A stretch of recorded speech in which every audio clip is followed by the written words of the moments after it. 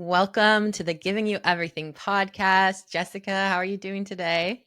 I'm doing great, Victoria. It's good to see you. It's good to see you too. I'm so glad we're going to get a chance to talk reality TV. I know we'll catch up about the business that you've started, and I'm sure we'll catch up about some other things as well.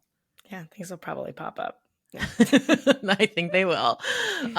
Great. Well, want to introduce yourself? Tell us a little bit about yourself, and then we can also share how we know each other too. Sure. Jessica Talbert. I am the founder or co-founder, there's other people who started this with me, of Park Padel, which is bringing the sport of padel or paddle or padel Let's talk about it. to the Let's talk. US.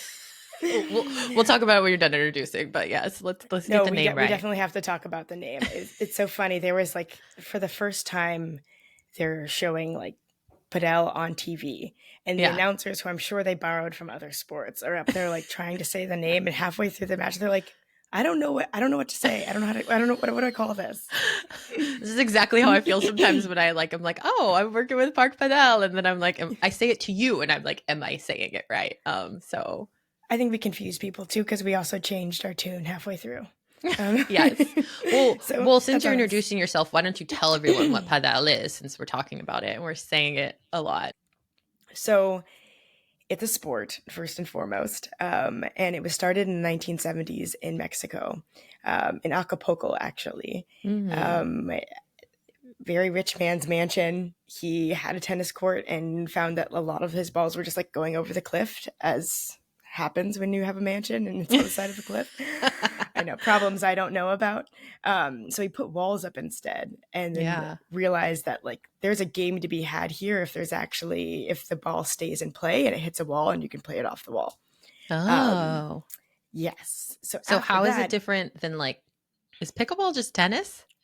I don't know what pickleball is Pickle- either. pickleball is like extra large ping pong. Okay. It's like played with a wiffle ball. That one was started in the Midwest. It's like super easy to pick up. It's played with a plastic paddle and a wiffle ball and a much smaller court than a tennis court, but you can play it on a tennis court. Okay. Padel is different, where it's like the size of the court is actually kind of similar. It's about a third of the size of a tennis court, Okay. but you play it within glass walls, and you play with something that's like kind of like a depressurized tennis ball, Huh. and a different racket as well. Um, so it's got a different sound. It doesn't Okay. sound the same way as pickleball, and you're playing off the walls. And so this kind of ricochet geometry piece is like another added element, that makes it really addicting, really fun, and really gets your brain working of like what's the best Okay. way to hit all of these shots. Okay. And so you're starting, you have a Yes. startup.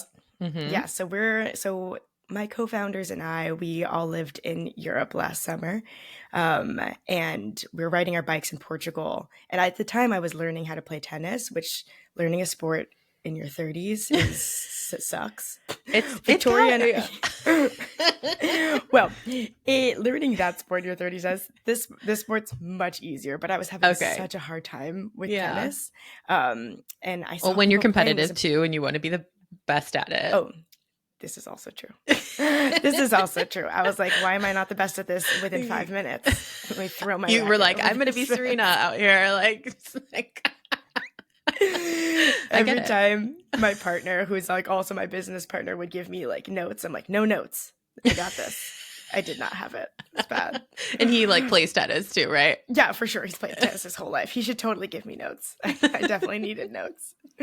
Um, uh, but then we saw it in Portugal and thought it looked really cool. We continued our travels in Rome and found like some really cool clubs. Like there's like this social athletic vibe to it. People were hanging out, having beers, like playing a game. It just felt like a really cool space to be in. I love it. Um, so then we went to Madrid, where like in Spain, it's the second most popular sport after soccer. Oh, Like there's wow. 20,000 courts there. Everybody plays. It's Wow. huge, huge, Okay. huge, huge. Um, and so we decided to go there and actually learn how to play. And it was so funny. So, like Neil, my business partner and partner, we took private lessons from Yeah. somebody, and they were all in Spanish. And my Spanish is like, you know, 4 out of 10. So we learned slowly. But at the end, we're like, we're going to go back to the US and start a business. We want to bring this to the US. And he's like, you guys? You're not that good at the sport. We're like, no, but we are good at business. Yes. And we can find people who are good at the sport. Yes. And yeah, so like it's been a dream since last summer. We officially started in November. Yeah. And now we're opening up 2 locations. That's awesome. And so we're going to jump more into Park Padel in the future, like not in the future, but you know, as we continue on this podcast, which is in the future 20 for minutes everybody is listening, the future, for sure. In the future. Yeah. And so we'll chat a little bit more about how that developed. And, you know, obviously we got to just hear your origin story a bit. So we'll talk more about that. Sounds like you guys can really, your team can really see like a possibility, you know, and gets inspired. And so I think that our listeners will be really excited to hear how that's gone and hear how your launch is going and hear you guys have real courts and you've like built something that is like so tangible that like anybody listening can go and play today. So that's really exciting. And so before we do that though, I'd like to talk about which show we're gonna talk about today. Can you let us know? Oh yeah. We've got to talk about Too Hot to Handle. Yes. This show is, I mean, I love this show for so many reasons. And Yes. I was not a reality TV person. This is the TV show. This is the reality TV that told me that reality TV was for me. Wow. It's so interesting because I was going to ask, like, what was your gateway reality TV show? And so is it this one? It's this one, for sure. Yeah. This one, Love is Blind could probably make its like argument there, but I would probably say the producers at Netflix were like, I know what you're looking for, and I'm going to serve it to you on a platter.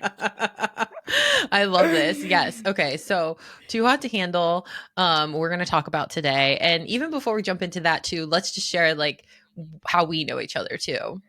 I was going to say, we got to talk about this too. I know we do. We got into like your passion around padel and or paddle or padel. But I know I'm like literally, okay, I'm Latina. I think it's okay, but it's like, I'm like literally.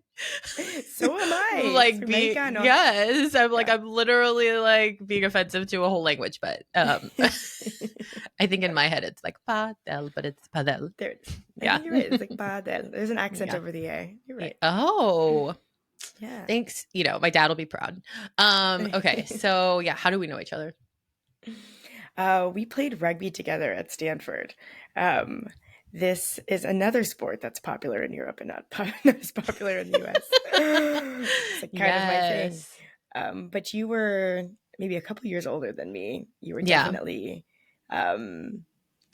big head on campus. You were like in charge and I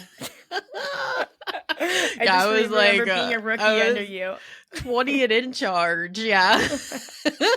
It definitely felt that way. No one told me that I was in charge, but I was in charge. Yes, we went playing rugby and I was 09. So were you 07? I mean 2011? I was 2011. Yeah. So you actually got to win a national champion. I just lost national championships. Yeah, we can talk. I feel like that's a whole nother podcast. But yes, I won a national championship, which was a great feeling, and I lost 2 national championships, which was it weren't great feelings, but they were great learnings. They made for really great personal statements. Yep. Absolutely. Like, let me tell you about some hardships. Do you remember the year that we lost? I think it was 2008, maybe. 2009. It was my senior year. So it was 2009. Yes. Senior year. We're on the field right after we lost. We're all sitting there and like, you know, you remember us after every game. We're just like filled with like emotion.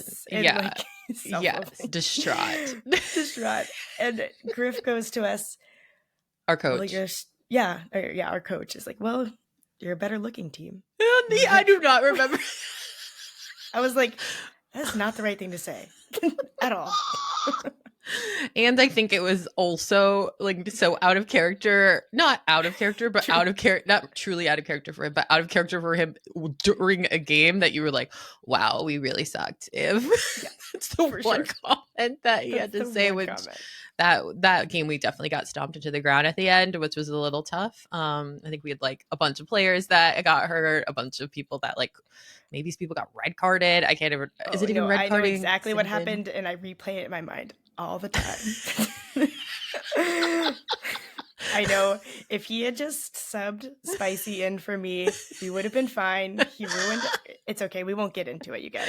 Wow. Yeah. Sorry, guys. We're replaying our our saddest moments, but yes, I'm sure that's what would have happened. Okay. Yes. So we met playing rugby, and so that's why it's even more exciting today to talk about padel because I think that yeah, it's like a passion, learning sports, being on a team, also just being active, and I know that's important to you.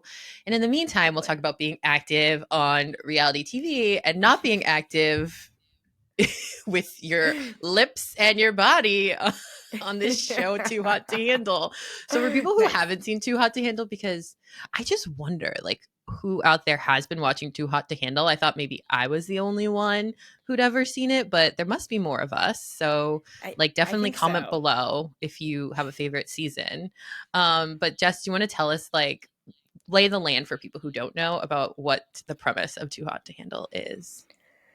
Yes. So if you can get past the title, which like makes you immediately think, "Ugh, this has got to be stupid. This can't be good." It's actually a really interesting social experiment. So they take a bunch of like extremely good-looking people. I think they just like self-proclaim as like heartbreakers. Like they go through people really easily. They don't take care of Yeah. other people in relationships. They're like afraid of commitment, but they're all just like very hot and all they want to do is hook up. Um, and so they find these people, they put them all together and they tell them that they're going to come for this like big party all week. And it's just about like singles hooking up with other singles and it's going to be on TV. And like, that's what these people signed up for, which is also a crazy thing to sign up for. And they get there, and after like one night of debauchery where they like get to do their initial like hookups or whatever, this cone Lana. Lana tells them there's rules now. You actually have to fall in love with each other. And if you do, you get money. And if you, which is also crazy. And if you, but in the meantime, you can't touch, you can't kiss, no heavy petting, which is not something I'd ever heard of before. If you guys know what heavy petting is, I don't know, groping or something like that.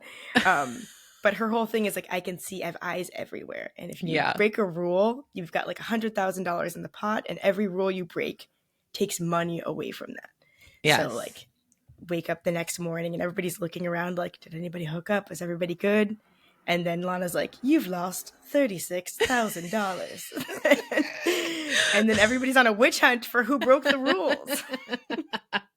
What's actually wild about this show is that they tell these kids that they're going on a different show. Like, I know. they're like, hey, this is the real. And so, just the thing, like, what they must sign away in their contracts must be ridiculous. And yeah, it's just like, Yeah. I'm like, wow, they show up. They think they're on this, like, we're hooking up for the summer sort of a show. And then they're like, surprise, actually, you're not allowed to kiss. You're like on a whole other show than we told you. And they all stay. Yeah. Absolutely. And Yeah. it's also the show is saying like, we think you're a bad person. Like we think the way that you've been living your life is not okay. And so we're gonna fix it publicly. Yeah. And people are like, I guess so. Yeah. I guess so. They truly are. And like, yeah, this season that we're talking about today is season 5. Yeah. That seems to be Jess's. Well, it's the most recent season. Was it your favorite, you think, too? I think I really fell in love with season 2. Actually, Okay. it's this season 2 is I know I fell in love with it. This is the one that like Melinda was on, Okay. um, and Chase, who is like a perfect Oh, villain. yeah, Um, Chase. but I think I fell in love with it. I know I fell in love with it because I then followed all of them on Instagram afterwards, and then just Wow. followed them, which I've never done before. I know I took it Wow. into real life. I love it. And I am I was a little upset at first where I'm like, none of these couples actually stay together. But actually, obviously, they're not going to stay together. Nobody's going to stay together. I looked, and it's like 3 or 4 weeks that they're filming. So Yeah, 3 or 4 weeks. And they make it seem like it's so long. So at the yeah. end, like the really dramatic moment is when like they're going to try and see who wins. And like one of them is going to ask the other person, do you want to be my girlfriend? And Yeah. I'm like, I, for some reason, felt like you guys were hanging out for much longer. This is I much more intense. know. Asking if you want to be a girlfriend feels really stupid. I don't know. It feels. I thought she was already your girlfriend. I know. It's kind of like, who else there's no one else coming in on the show anymore. So what happens too is that like people are coming in kind of every few weeks and kind of tempting, these couples that exist. They're all sleeping in the same bed. And yeah, like, so not only are they That's being the other tempted part. by their like partner that they're hooked up with, but then they have all these like new girls and guys coming in, and their head gets turned, kind of like Love Island, if you watch a little bit of Love Island. And Yeah. so along the way, they're losing money because they're kissing, they're hooking, they're purposely doing stuff. And the worst part really is that then Lana, who's basically like a glorified Alexa, like a cone Yeah. that's talking to them, producers just must be having like the best time behind the scenes controlling this Alexa. And the thing is that they're always going to get told on, so everyone in the whole group is going to know. And so it's a little I think that's wild. my favorite part. Yeah, is it? Actually, it's yeah, well, The yeah. public So like shaming. my like before I started, yes, the public shaming. Before I started Park Padel, I'm a user experience researcher. I like study people, Oh. and study incentives and contexts and why contexts make people behave in a certain way. And I think that's why I love Too Hot to Handle, because there's Mm. so many interesting social contracts that are at play here, Yep, tell me to about adjust him. people's behavior. Yeah. The first one I think is one that they make everybody sleep in the same beds. They're like, do not hook up, but you have to share a twin bed. And you're Yeah, like, okay. they're tiny beds. They're tiny. They're Yeah. probably full size. Yeah, but Um, still. but then in the morning, I think the two elements that are interesting are the public shaming, which is like Yes. Lana's going to tell on you if you broke the rules. So everybody's going to know. So this is like Yes. something that's going to maybe discredit your character in like a community. Mm. And then the other element is you're going to lose money, which I think the part that rubs me the wrong way sometimes is you can see that some people are there from like different socioeconomic backgrounds. Yep. So some people care more than others. You Yep. see some people care and be like, I could have had $50,000 that would change my life. And other people are like, whatever, I want to make out. I can make $50,000. Which is also fascinating and frustrating to watch. Yeah. But I think that the reason they put those two things in there, like that money and the shaming, is Yeah. like the strongest way they can try and like, I don't know, Control slap on the behavior. wrist for Yeah, like a control punishment. behavior. Yeah, Yeah. totally. That's crazy. And then it doesn't actually work either. And it doesn't actually work. Or I don't know. We don't know the counterfactual. Who knows what these people would have been That's doing otherwise? true. Like it could have been way, way You're worse. right. It does control behavior, I guess. Yes. And I Yes. think my like positive thinking on it, of course, like the couples aren't going to stay together because they're brought together in like the weirdest, strangest context that like is not going to translate. But I have my hopes that they've learned something. Yeah. And they're taking that to their next relationship. Yeah, there actually are. You say that there's just like a moment. So there's Louis, who's like the playboy, where Yeah. he's just like went on a date with a new girl. It's the most random thing. And then he just like touches her boobs, but it's not even like romantic. It's just like, I will never forget this moment of television. As long as I live, I'll be on my deathbed. I'll be like 98. And they'll be like, what moment of television do you remember? I'm like, when Louis touched that girl's boobs on a date.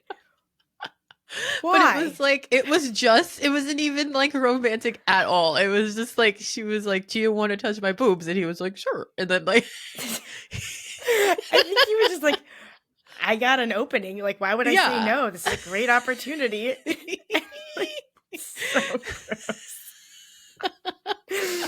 But Just like the after, prefrontal cortex not yeah, developed. I know they're so young, or I don't know if it ever will develop for Louis, but um, but so, but after that, they like take him to like therapy basically, and they're like, oh, he comes back and he is like, oh, I almost lost my mom, and so I'm like scared of losing people, and I was like, wow. Like, how did you go from like I mean, like even that in and of itself, I was like, oh wow, they're not showing the full therapy part for him to just like have this conclusion all of a sudden. But yeah, it's like you hope they're growing a little bit with whatever activities that they're doing.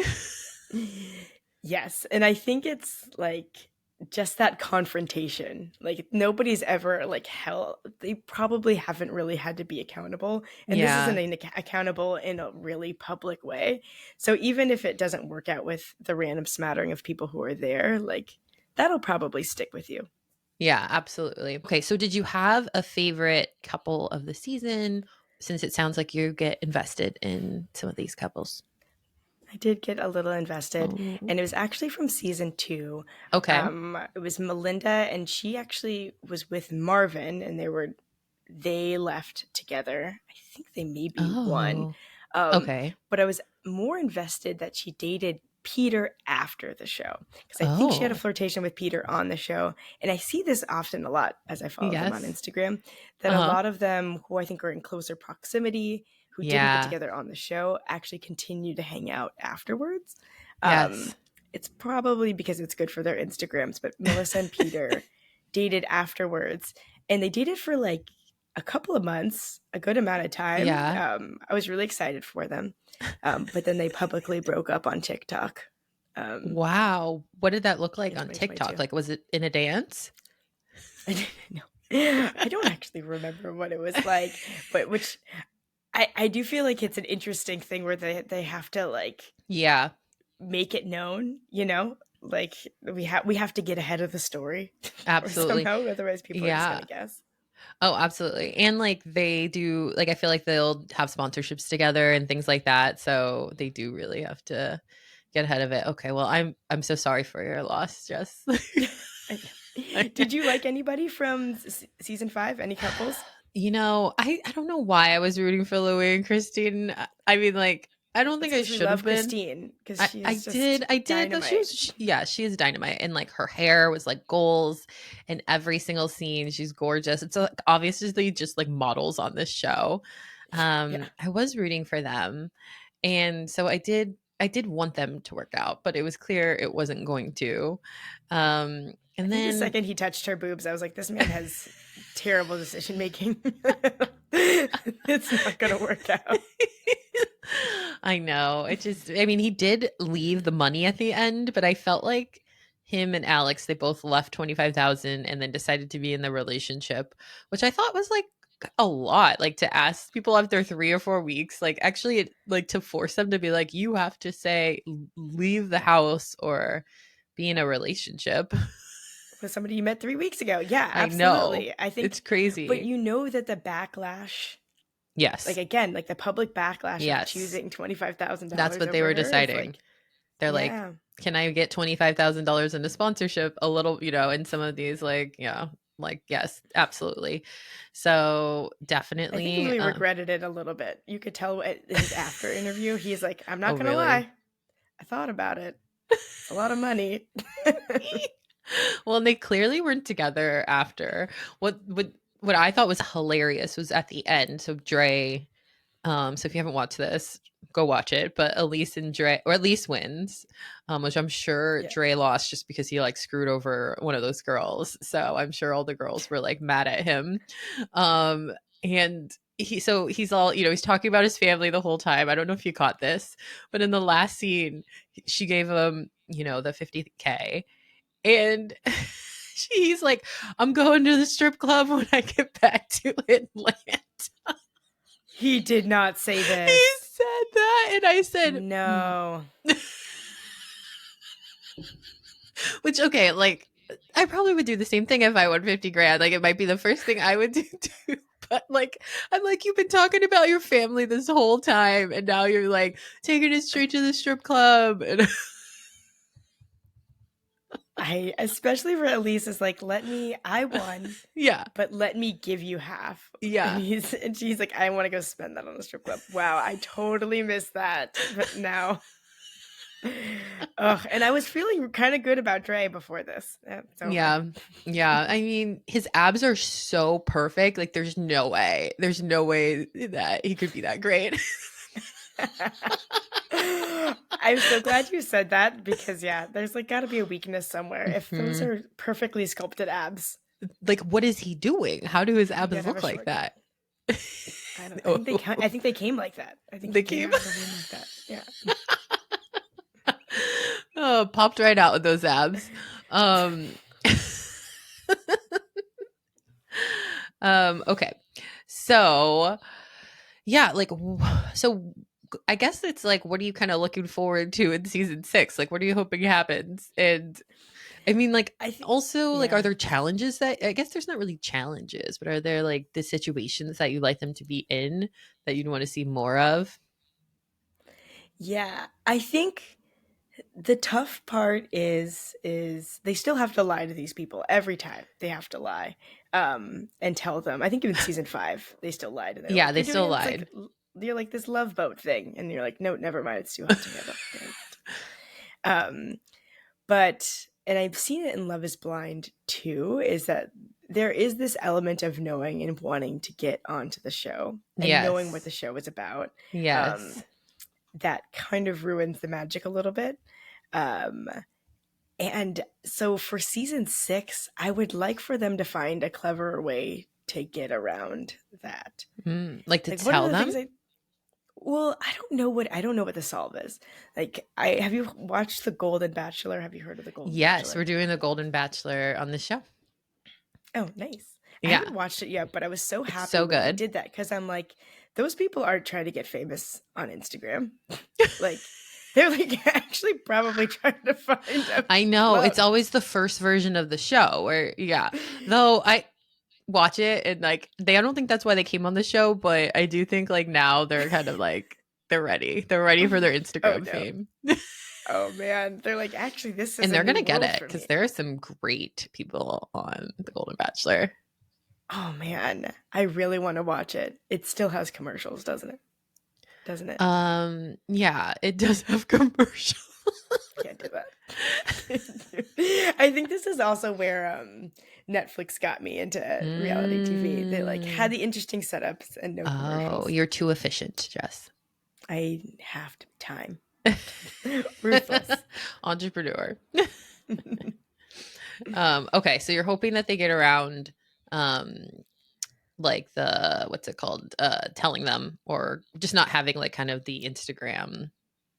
Or just like I'd like to see them be a little bit more clever for people's like motivations for Yep. wanting to be on the show.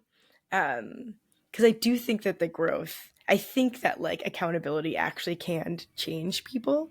I took a course in business school called interpersonal dynamics, and it Yeah. was the only time in my life where like people would tell me to my face exactly how Mm, I showed up and how I impacted them.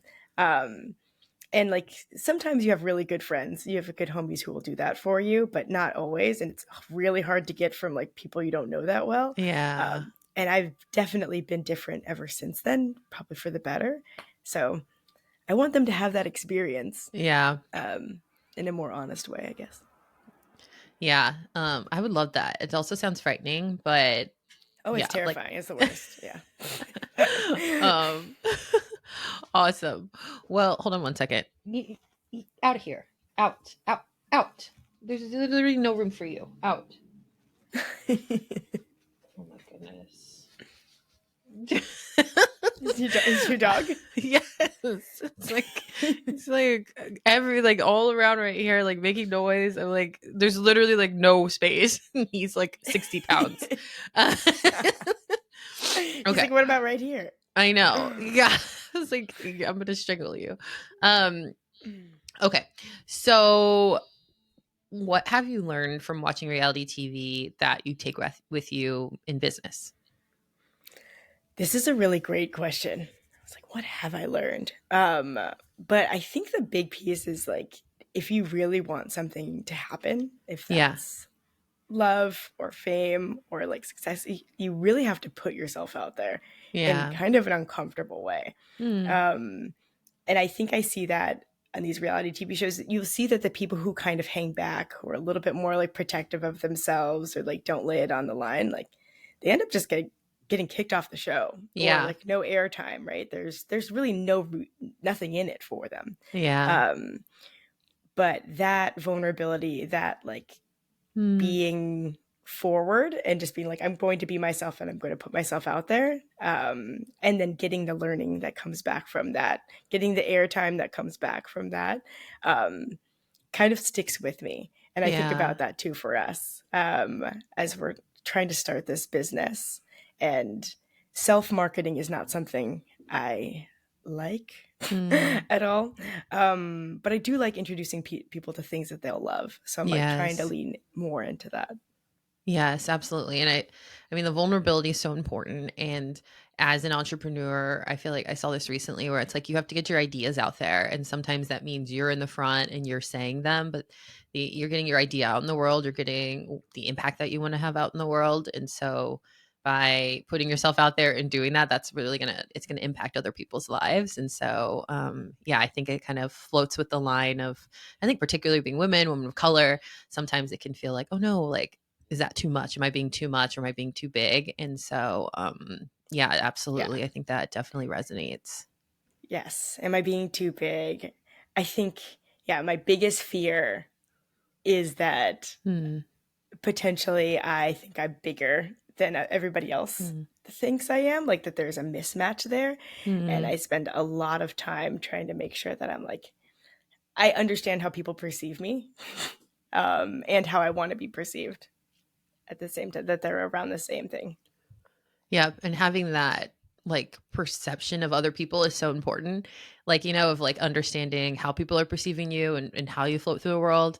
And at the same time, being as big as the fuck you want is also important because like you're here to take up a space. You're here, you have this great idea. I'm so excited to jump into it, but you have these great ideas. You're someone who's willing to get out there and take the risk and do the work. And so I think particularly as women and women of color, like we get to be as big as we want. And we should be, because like you have important things to put out into this world. And so from there, I'd love to hear, we started talking a little bit. It sounds like you guys went to Europe and had a beautiful trip.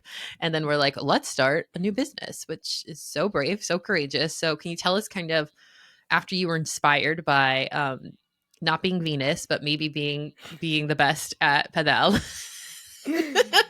After you were inspired by that, like what did you guys do? Like what happened when you guys came back to the US?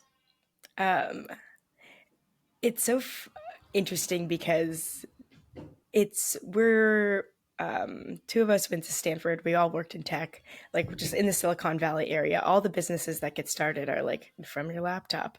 They're like on your computer. They're like very scalable. This is a very different kind of business. So like this is a brick and mortar business. This is like Mm-hmm. construction. This is like going in person. Um, so at the beginning, it was like, we don't even know where to start. Like, you start at the beginning, which is Googling how to start a Padel club. and, Hey, that's a place to start. Some people are like, what do I do? I want to do something. What's the first step? It's Google. yes. And then Yes. it's like asking tons and tons of questions and hunting those things down. One of the other, like, difficult but very fun pieces of starting this sport in the US is that like there's not that many courts. There's only 300 courts in the US. Mm-hmm. Um, not a lot of people have already done this. Nobody's done it in Northern California. And so a lot of it was just trailblazing and figuring it and relying on our own smarts and like decision making to figure out what makes sense. And then wherever we could, pulling in advisors. I'll tell you, like, one of like our biggest findings was that we could get a broker for real estate, and we're like, somebody else will go out and find us locations. Amazing, because we're like, how the heck do we find a 26,000 square foot warehouse so that I can Yeah. put in these courts, which we did find. Yep. But it was definitely a lot of trying to figure out what are the right questions to ask. Do I know anybody I can ask these questions to, or does Mm, anybody know anybody else who I can ask the question to? mhm.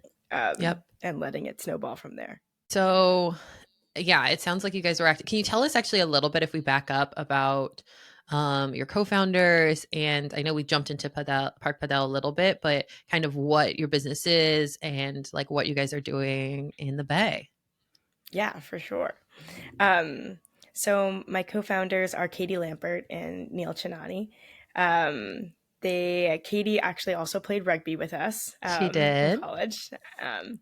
And I remember back in like maybe 2012, we were in Tahoe, and I was like, I will be so sad if we never end up building a business together. Mm, And we were just recalling that the other day, just because we are really close friends, but we also have very complementary strengths. And I think yeah. that's something that we're really excited about with our founding team, Neil as well. Everybody has strengths in different areas, and there's a lot of respect for one another's strengths, Yep. which makes it easier to delegate, makes it easier to be like, oh yeah, you got this. I don't have to. Like they don't let me touch the designs. They're like, that's not for you, Jessica. They do let me fundraise, and they're like, that's not for That is us. for you. Yeah. Yeah, no, it's. I'm like, okay, that's okay, and that makes working with them really a joy. Yeah. But we our backgrounds, everybody loves sports. Neil grew up playing tennis, and he's a data scientist by trade. I grew up playing rugby and volleyball, but a user experience researcher. And then Katie has worked in HR and recruiting with VCs and some of these Yeah. bigger tech firms, but also played volleyball and rugby. And I think we were all really gravitating towards like an athletic space. We like Yep. what sports do for communities. We like what sports do for friends, for social groups. Hmm. Padel is a very social sport. It's played in doubles. So there's always four people together on the court. It's also in kind of a glass box. Yeah. Um, so it feels a little bit more like intimate. Like you can't really hear anything else that's going on outside of you. So you Mm. guys are like, it's our court time is time for us to hang out. Yes. And the court's smaller than a tennis court, so it's actually easier to have a conversation. Ah. Um, all of those elements, alongside the fact that there's not a lot of out of bounds because it's surrounded by these glass walls, like the ball stays in play, which means Okay. you learn a lot quicker. Like if you've tried tennis or pickleball, you're Yeah. probably chasing after the ball quite a bit Oh. as you're trying to get better. Here you can kind of suck at the beginning, but you get more hits on the ball. So like in the Yep. same hour, you might get 15 minutes of hits on the ball in tennis. You'll get about 45 minutes in padel. And Wow. so people learn a lot quicker, um, and which makes them stick with it. And I think that's what we fell in love with this sport. Neil was a racket sport person, but Yeah. Katie and I are rugby players. Yeah. I didn't hold a racket before, but like just having that in your hand and trying Yep. out for a little bit is super easy to pick up and really easy to fall in love with. Yeah. There's something so special about learning a sport as you get older too, and just having that accessibility. And it sounds like it's like good for your body. So all us old people who might have like bad knees or bad backs or whatever, like, or if you watch The Golden Bachelor, they're playing pickleball too, right? Like as you get older, some of these sports are helpful for your body and all of those sorts of things. So we learned a little bit about padel. Like what drew you to entrepreneurship? Like what, it sounds like you've had multiple times where you've thought about starting your own, company or your own business. Like what Yeah, draws you to that? it's a good question. I think I've always had a draw towards it. My dad's side of the family, Mexican side of the family, like Hmm. everybody has their own business. Everybody's Ah. like, or many businesses. Everybody's just always starting something, um, which I think really inspired me growing up. It just that like Mm. you can figure it out. Like it's Yep. not that it's hard, but like you can figure it out and you can do this thing as long as you create something that people really want. Yeah. Um, and I think that's part of the reason why I ended up going into user experience research is because I wanted to study more about like what Mm. do people want? Why do they want those things? What are their behaviors that influence those decisions? And so I find that really complementary. But I think that's like the nice way of putting it. The other way of putting it is like I just would really wanted to own strategy. I wanted to be my own Yeah. boss. Be in charge. Yeah. Yeah. And I'm still not in charge. Like Katie and Neil are also in charge of me Yeah. too. Like, Yeah. which is good. Yeah. Everyone's in charge of each Absolute other. power corrupts absolutely. Um, but there is like a lot of your own destiny making that I Mm, really enjoy. And I know that like if I fail, that's on me. And if I yeah. succeed, that's on me. And there's something really inspiring and invigorating about that. Yeah. Amazing. And you talked a little bit about your dad and, him being from Mexico. Is he from Mexico or yeah, he is. Okay, Yeah. great. And so like your family has like businesses there as well. And so you've gotten to kind of seen that through your life. Yes. Yeah. Yeah. My dad's half Mexican, half Puerto Rican. So Okay. it also feels really cool to be bringing a sport to the US Yes. with Mexican roots. Like I feel Yes. it makes me feel very proud. Um, and my family very proud as well. Mm. Even though I also had to tell them what this was. They're like, oh, cool. I mean, I think Um, it's uh, so special. yeah. I think those two pieces actually. I think um, my mom is black and Scottish. My dad is Puerto Rican and Mexican. And I'm brown. Right, Yeah. I'm very Yeah. brown.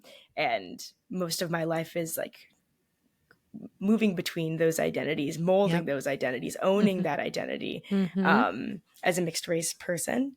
And what I think feels really grounding about what we're doing now is that Padel is a Mexican sport. Yeah. And I'm getting to have like a physical footprint in San Francisco, where I was born, where Mm, I live with my mom, where I grew up, and bringing those two things together mm. just kind of feels like a dream. It also feels like it was meant to be. Yeah. That's so beautiful. And I think, being able to start something that's so personal that I think that also like opens the door, not just to a new sport, but to a new culture as people get to like learn about it. Both being able to bring that to San Francisco, but also then like people being able to see themselves in that. I know there's like a big international population in San Francisco. And so I think also like it's both like the beauty of like, I'm the same way, like definitely walk the line of different identities of like getting to bring something where people learn and where people feel seen. And I think that's like a really beautiful opportunity in the startup culture. And I think particularly in our generation, just something we care about, like we actually care about in what we consume and the services we pay for. Yeah, that's a really great point. I love Yeah. that.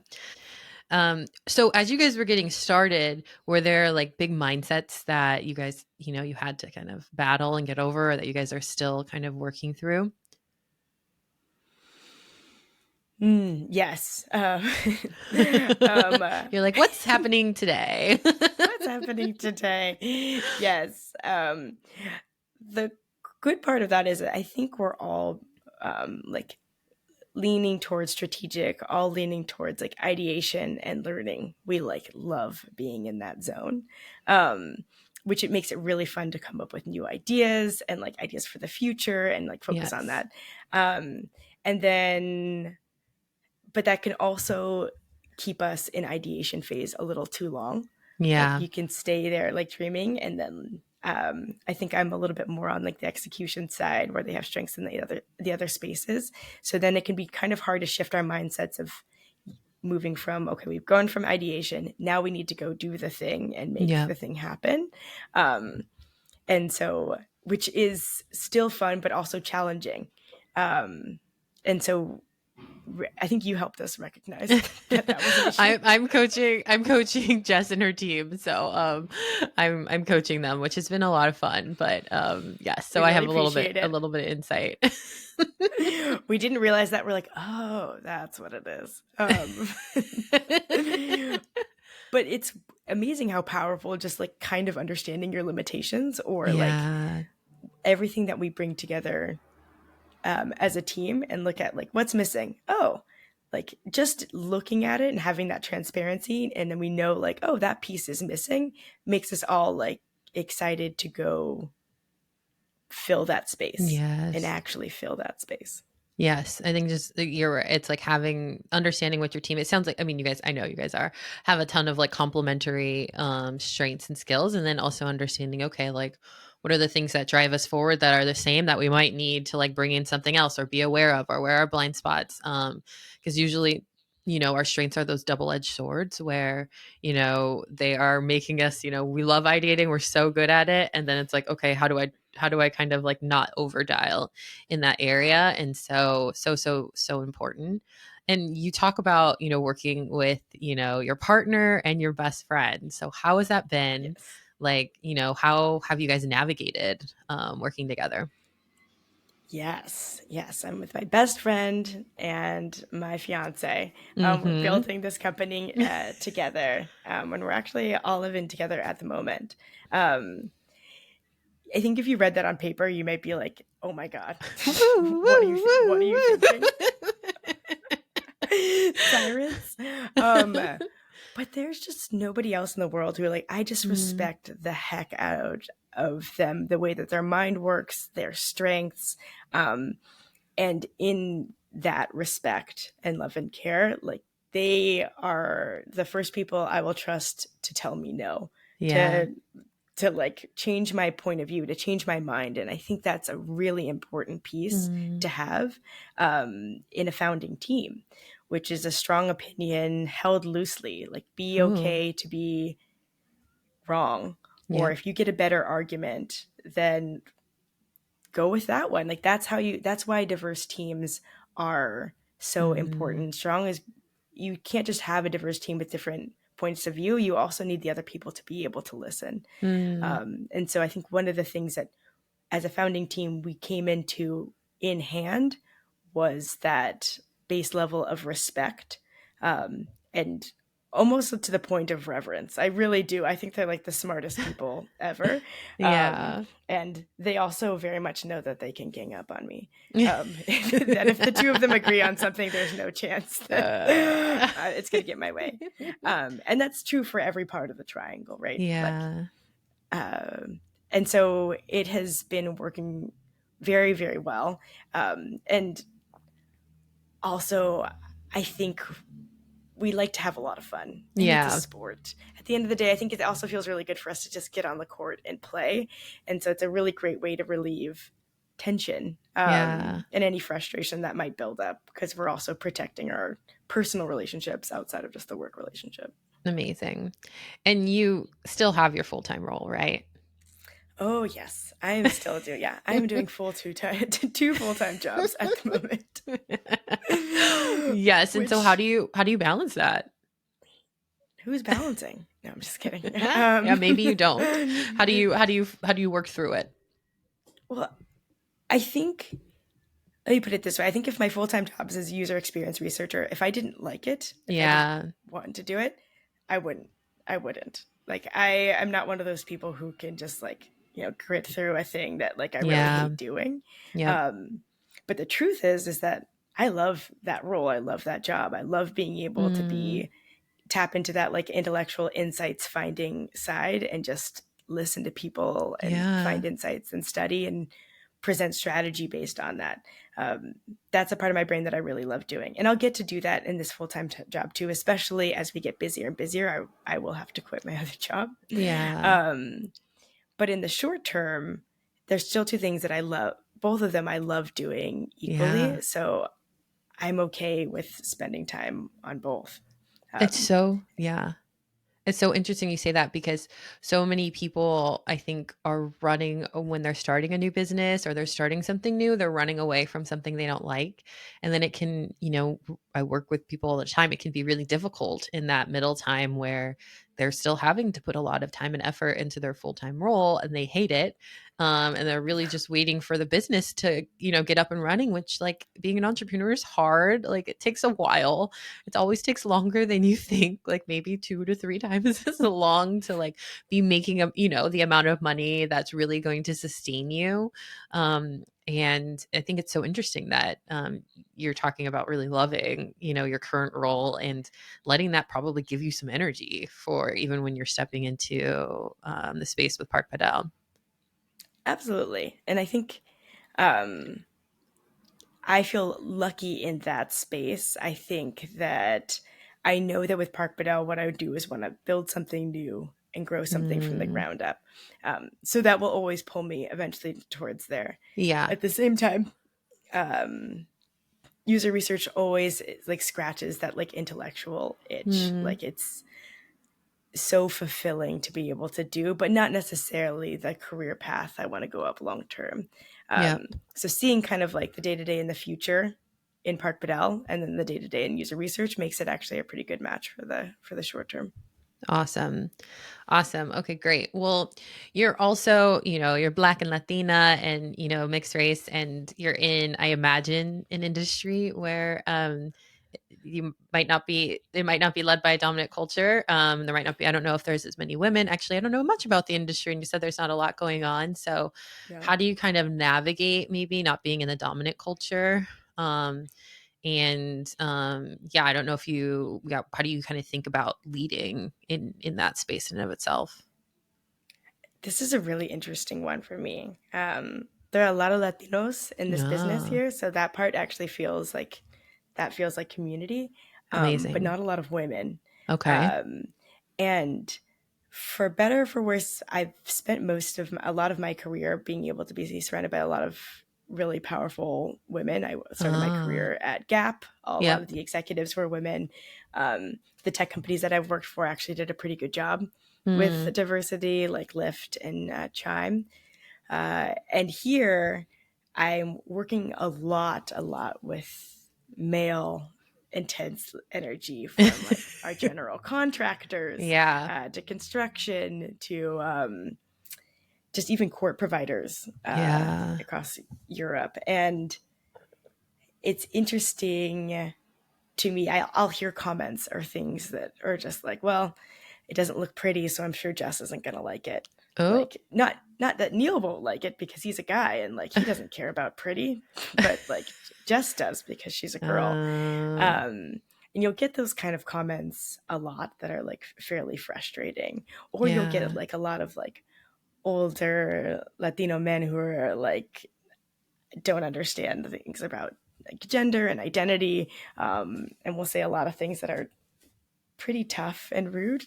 Mm, um, and I think I deal with them. They definitely bother me, and I realize that it's going to continue to be a thing. But it's also why I was so excited about getting into this business. I had mm, this New Year's resolution a couple years ago, which was a very ridiculous resolution, where I wanted to create a sport that was good for both men and women's like physical and mental strengths. Like not mm-hmm. something like football where like it's like it was a sport that like favors brute strength, right? Yes. I wanted Yes. something that would really showcase um like all sorts of different genders and their strengths, and Hmm. something that was really fun to watch. Okay. I wanted something that was like new, that could like level the playing field, that we wouldn't have to like change rules or anything like that. It could just be a clean slate. And then I found this sport, and I'm like, oh, Mm. this is it. This is like Wow. televisable. It's super fun to watch. Like, it's gonna get. I think it's going to get huge and get a lot of media attention just because it's so interesting to watch the game, and like you just have to be quick and clever to be good Yeah. at this game, and that can be anybody, and that I just find is so magical. And I wanted to get in before it got too male dominated, Yeah. and start pulling women in. I Wow. like want to convert like female squash players. I want to like I'll spend a lot of time convincing women to go pro. So if you come I to the love court, if this. you're good, I'll be like, you know what you should Yes. go pro. Jessica's Um, gonna coach you. yes, I will I find you a coach. will find you a coach. um, uh, and yes, so like it's something that I expected to find in the industry. I'm finding in the industry, but it's also early enough that I'm hoping to flip it before it gets too prevalent. Amazing. That's so exciting. I cannot believe that. I mean, it can because I know you that was like your New Year's resolution, but it's so beautiful. And yeah, I love a good like girls can play just as hard as boys, and let's like beat them at all the games. I love all the guys listening to this podcast though. So Love you guys too. yeah. Great. So what hopes do you have for Park Padel in the future? Like, what are you looking forward to? Oh, I So we have a 2-court pop-up, which is like a mini expression of our brand in Embarcadero Plaza, which is right across from the Ferry Building. That's opening Yes. up next week. That I'm Congrats. excited to What week have. is it? Thank Because we might be you. in a different week. Oh, that's true. That's opening up November 20th, apparently. Yay. Um, and I think the thing I love most about this sport is watching people play it for the first time. And Mm. then it's like seeing their face and then being like, wait, I love this. Mm-hmm. Like, I want to come back. I want to I need to learn. come play. I need to you have to come play. Yes. Um, it's something I feel like very confident in, is that anybody can play this sport and will love it. Yes. And if you want to go like really intense, you can. If you want to be very really leisurely, more on the pickleball side, you absolutely can. It's got something for everybody. So I'm I just love that. excited for all the people I'm about to meet who I get to Mm-hmm. introduce this to and watch it change their lives. Amazing. And what advice do you have for like other budding entrepreneurs, particularly like women or people of color, in various spaces? Don't do it alone. Mm, Um, I think it can be very isolating to mm, start something by yourself, and you have to believe you're right. You have to believe that I see a thing, I see a future, I see a path, yeah. I have an insight that maybe other people don't believe, and other people around you will not believe in it or not tell. Like, Yeah. I think half the people I pitched to thought I was talking about pickleball despite showing them all evidence to the contrary. um, but having people around you who also believe in the vision, who see that truth as well, and Mm, who have complementary strengths really can pull you through. There's definitely times in building this where I'm like, oh my God, I don't know if we can do this. And mm-hmm. Katie's like, are you kidding me? Of course we can. Here's No. why. I'm like, oh yeah, you're right. And we just keep, and we all do that for each other. Mm, And I think Neil and I were thinking about this first, and I was like, well, I promised Katie we would start a business together. So can we add my best friend in too? And she knows I've told her this too. We wouldn't have moved forward without her. Like mm, she was that third person, that energy, that expertise that we needed to get moving. mm-hmm. Um, and so yeah, my advice would be like, don't do it alone. Do it with people you really respect, and who see the same truth and future you do. I love that. I love that so much.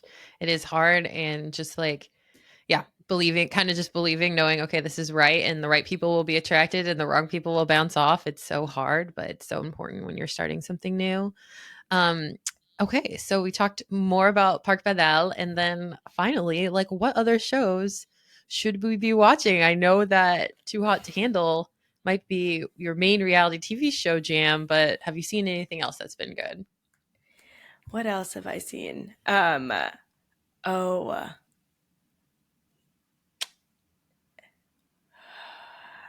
what was I watching? I think I watched the latest season of Love Is Blind. And then I Okay. also watched The Ultimatum. Did you ever see The Ultimatum? Yeah. Did you watch the Queer Ultimatum or I watched the The Queer Ultimatum, so good?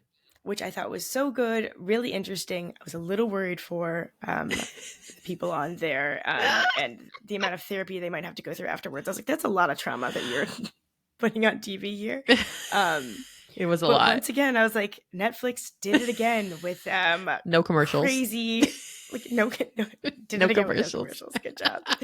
Um, but just a crazy setup, like a Yeah. really interesting setup to put people in with really interesting Yeah. rules around behaviors. How about you, Victoria? Do you have one? Oh my goodness, great. I have so many. Yeah, But I actually think yours is perfect. People should definitely watch The Queer Ultimatum. It's amazing yeah, TV. It's some of the best TV I'd seen in a while.